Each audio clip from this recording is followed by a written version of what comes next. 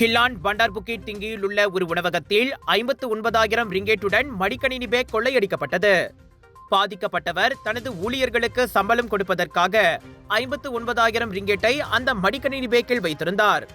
பணத்தை கொள்ளையிட்ட திருடன் வெளியில் காரில் காத்திருந்த மற்றொரு நபருடன் தப்பிச் சென்றான்.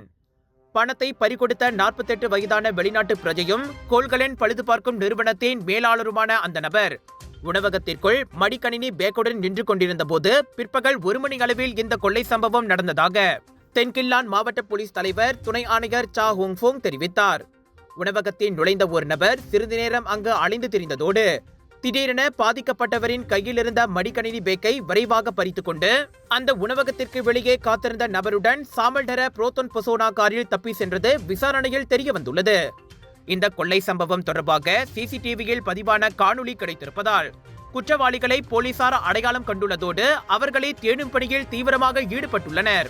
விலையோ மலிவு, செலவோ குறைவு, தரமோ உயர்வு, மனமோ நிறைவு.